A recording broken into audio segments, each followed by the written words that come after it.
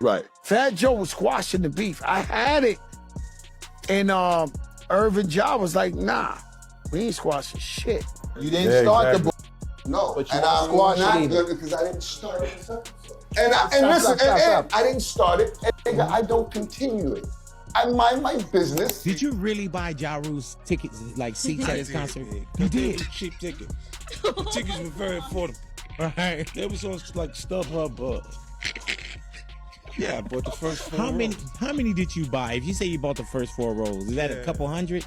Yeah, it was cheap though. It was cheap tickets, so it was something to do. Feud. Here we go again. The drama between 50 Cent and Ja Rule is far from dead. And baby, it just got messy. Out of nowhere, Ja came swinging like it's still the early 2000s, throwing shade at 50 like he's got something to prove. After all these years, you think the tension would have cooled off, but now Ya's still holding tight to that grudge like it was yesterday. And just when you thought it couldn't get any more chaotic, Fat Joe slid into the mess, and now he's pointing fingers right back at Ya, saying he's the one who just won't let it go. And y'all, the root of all this might go way back to that infamous night in Atlanta, the one where folks still whisper about how 50 allegedly knocked Ja smooth out. Yeah, it's that deep. The past just came back swinging. All right, cool. Ja Rule there. This is after 50 got murdered. I don't believe you. Black child and them. Nigga 5th. KO. It's crystal clear Ja Rule never truly let that night go, and now he's making sure the world knows it. The old wounds are wide open again, and social media is the new battleground. Ya and 50 been trading slick jabs online, and the energy is giving straight up petty, bitter, and still beefing. The shade, heavy. The subs, constant. And the fans, eating it up like Sunday dinner. So let's get into the mess, because this ain't just old beef. This is a full-blown, reignited war that's spilling into the timeline in real time. Know what you heard about me, but they can't get a dollar out of me. No Cadillac, no perms you can't see. That I'm a motherfucking PI. If there's one thing that's consistent in hip-hop, it's 50 Cent and Ja Rule's never-ending beef, and baby, it looks like we're in for another round. Ya decided to come out swinging on X, dropping a not-so-subtle flex about his tour earnings while throwing some serious shade in 50's direction. The message was loud, clear, and dripping with petty energy. Like clockwork, Ya used his success as a mic drop, trying to remind the world he's still eating out here, and he made sure 50 saw every word. And just like that, the feud is back. On everyone's radar, Ya posted a montage from one of his shows with the caption, "Yell going to that Ja Rule concert." Imagine trying to clown someone currently on tour making 6 figures a show. You ninjas cook? 50 Cent take notes like you've been doing this. What a real performer looks like. Lamau.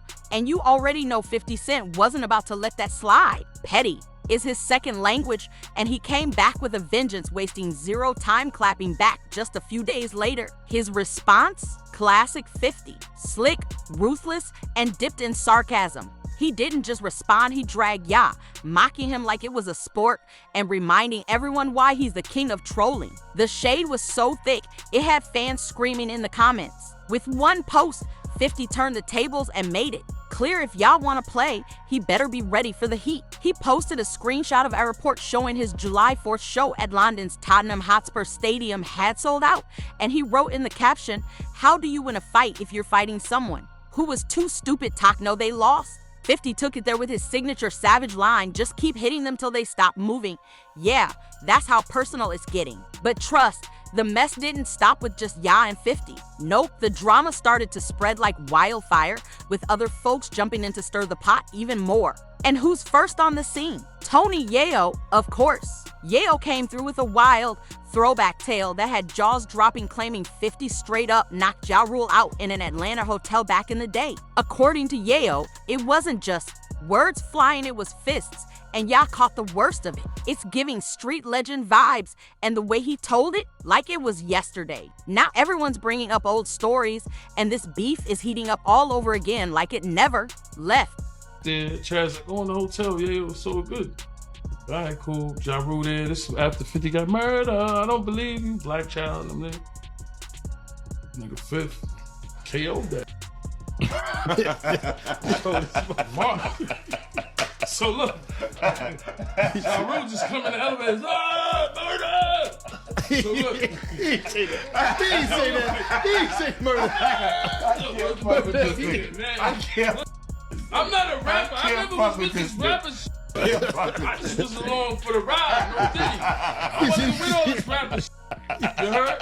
Fifth, he a southpaw. Fifth a southpaw. Yeah. Hold on. What is running? Wait.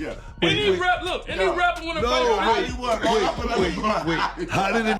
What did run up and say? Murder!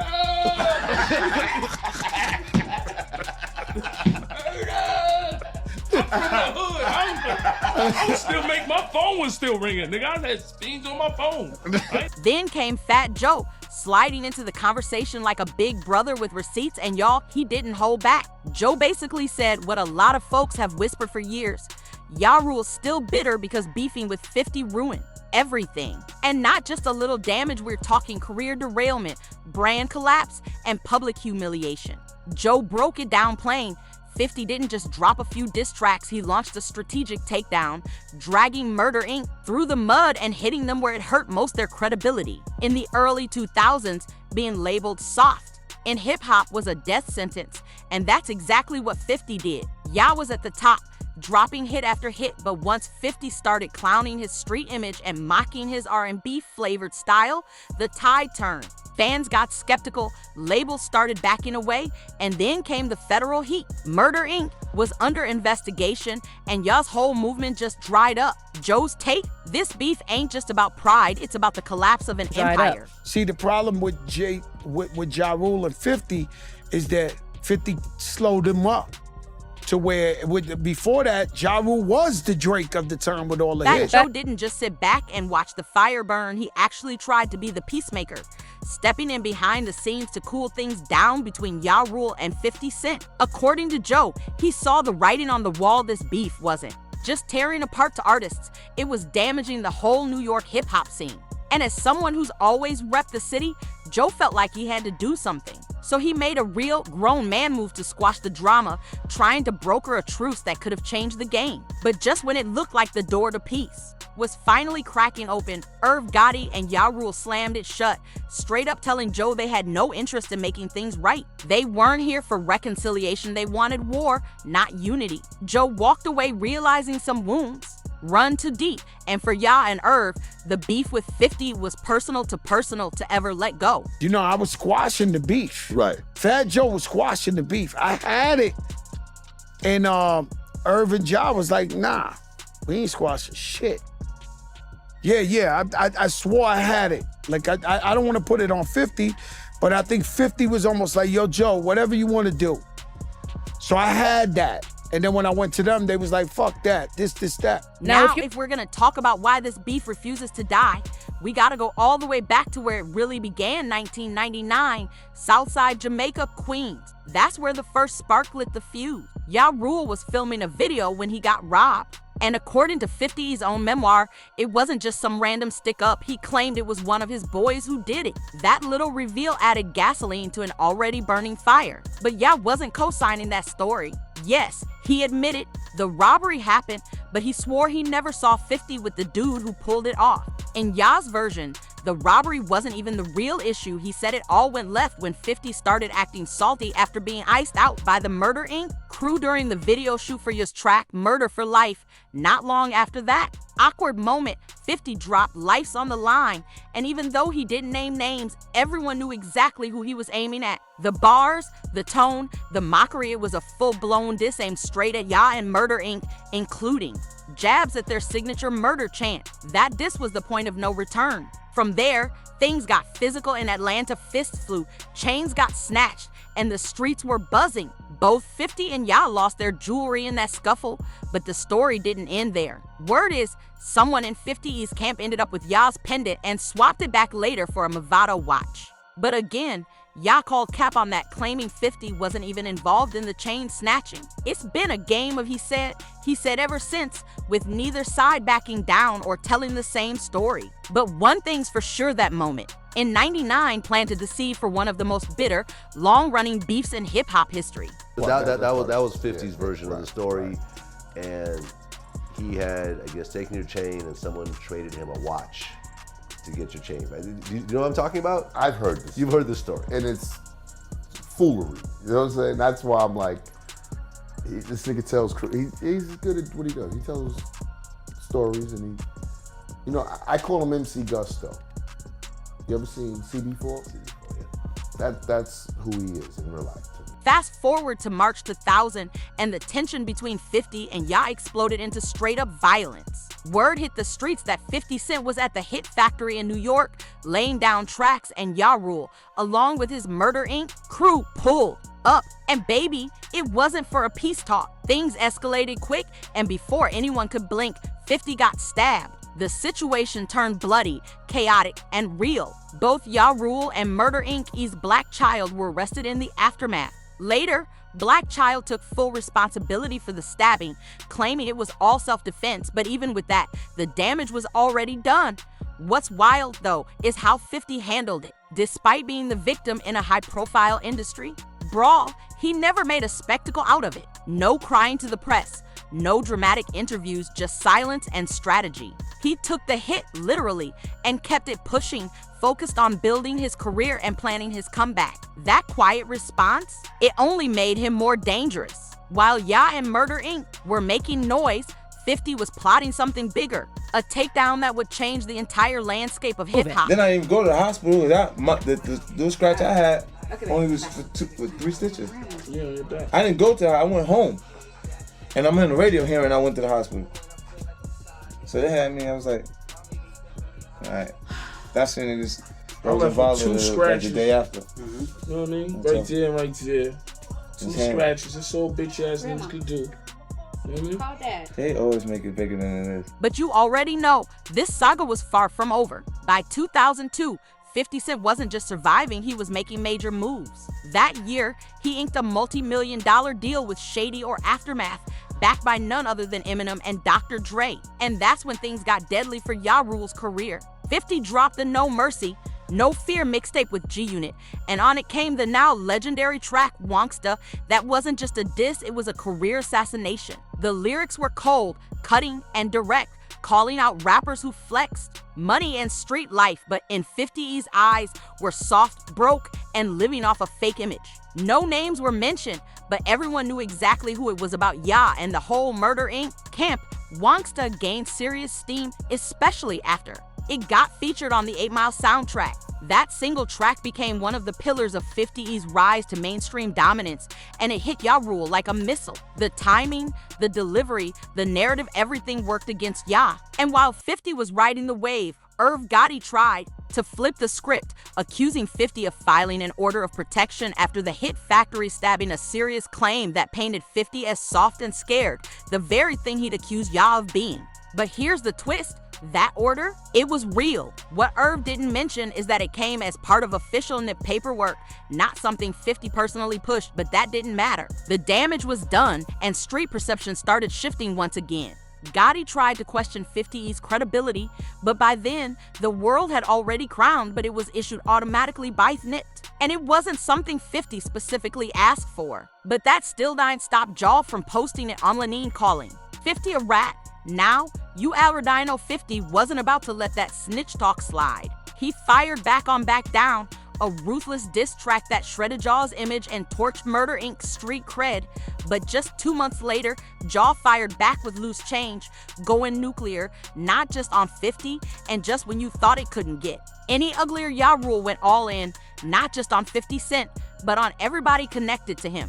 Ya started swinging wildly, taking aim at G-Unit, Eminem, Dr. Dre, Busta Rhymes, Chris Lighty, and even Eminem's daughter Haley and his ex-wife. It got real grimy, real fast. He accused 50 of being a snitch, threw out a homophobic jab at Dre, and made all kinds of wild, reckless claims about M's crew stuff that had the industry side-eyeing hard. But the clapback? Oh, it came fast and lethal.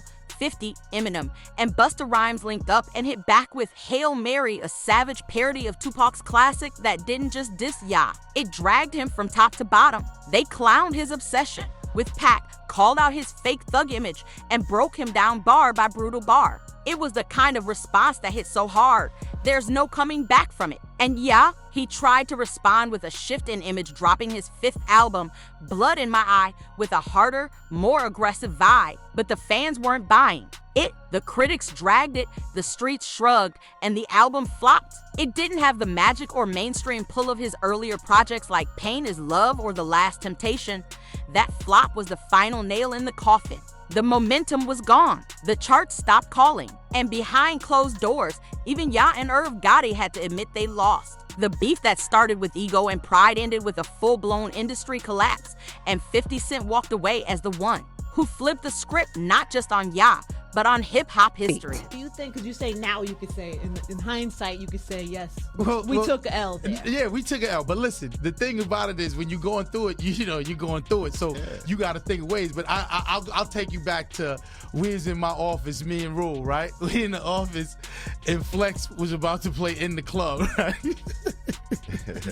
So Flex plays In the Club. That record was so dope. I looked at Rule, I said, yo, you have a major problem. Did you really say that? Absolutely. Absolutely. And see, now we're in such a thing, and I'm happy that we can talk about it. Man. Yeah, we took the L. We took the L. But you know what? People take L's. It's not the L, it's what you do, and if you keep swinging and keep fighting. Of course, you're going to keep going. But what's interesting to me about that is why did you why do you think, because... Why do you think he was able to do that to you? Because it was a lot of things surrounding that. Because of that plaque I told you about. Because you had all that, because you were all the way at the top. The timing. Not only was we winning, we was dominating. But of course, 50 still wasn't finished. Even more than a decade later, the King of Petty came right back swinging. At Hot 90's Summer Jam in 2014, he decided to reopen the wound by performing his old diss track, I Smell Pete, a Move. That was straight up disrespectful and purely to remind the world who really won. It wasn't about music anymore. It was about dominance. And 50 wanted to make sure everyone remembered who buried who. Yeah, naturally, couldn't stay quiet. He fired back in his memoir, Unruly, the highs and lows of becoming a man, where he doubled down on the long-standing accusation that 50 Cent snitched to the feds, which allegedly led to that infamous raid on Murder Inc. headquarters. But 50 wasn't fazed. He denied it like always, and instead of responding with seriousness, he just kept trolling harder, poking and prodding until Ya straight up lost it on social media. The beef had gone from street level to lyrical to legal to digital chaos, and 50 was still controlling the narrative with a smirk, claiming he owns 50's soul and calling him his J said, let's be clear, I mind my business, but for some reason, 50 Cent keeps my name in his mouth. I think he'd rather have my D in his mouth, Lamau. But that's when 50 pulled off one of the most savage, petty moves and bought 200 tickets to Jay's concert just so the front rows would be completely empty. Did you really buy Ja Rule's tickets, like seats at his concert? You did? Cheap ticket. The tickets were very affordable. Right. They was on like StubHub. Yeah, I bought the first 4 rows. How many did you buy? If you say you bought the first 4 rows, is that a couple hundred? Yeah, it was cheap though. It was cheap tickets, so it's something to do. Like if you don't look at me like that, man. All right, man. We know it for years. It's just I looked at it. I said, "Yo, this is the." I just want you to feel like you gotta reach the people. It's like 4 or 5 rows back. What is this? That 2 decades later, it's still this. No, I mean it's not that big of a sacrifice for me. Now I've bought things that mean less to me. Right. Oh my gosh. That was fun. That was like watching it. Let me see the show and see the spaces are empty because they are reserved for someone else. They're not supposed to be sitting. That's brutal. That's so brutal. But see, here's where things take a darker turn, because this whole 50 Cent and Ja Rule saga might not just be about music, diss tracks, or petty ego trips. For years, folks have whispered that this beef runs way deeper than rap, rooted in something far more dangerous. There's a long-standing theory that Ja Rule and Murder Inc. may have been connected to the 2000 shooting that nearly ended 50's life. Now, nothing's ever been confirmed, but the streets still talk. The theory points to Kenneth Supreme McGriff, a well-known and feared kingpin from Queens who had his own history with 50. After Supreme got out of prison, Irv Gotti and Ja Rule brought him in as a bodyguard, and while it was technically a alleged gig, Folks say the connection was deeper than that. Supreme wasn't officially doing dirt anymore, but he still had pull. And that move made Murder Inc. look untouchable.so. Here's how the theory goes. 50 East track Ghetto Quran allegedly rubbed Supreme the wrong way, exposed to much, said to much. Not long after, 50 got shot 9 times, and people still believe it wasn't just some random attack. Some say it was a hit, a message, a warning. And even though no charges were ever filed, that shooting marked the beginning of a blood feud that never really healed. And that's why, all these years later, the hate between 50 and Ya still simmers. This might not just be a rap beef, it could be something far more personal, deeper than lyrics and Instagram jabs. But what do you think? Is this just another long-winded hip-hop feud, or are we looking at something much heavier? Do you think there's any world where these two could ever squash it, or is it too far gone, too real to ever be forgiven? Sound off in the comments, and I'll catch y'all in the next messy chapter.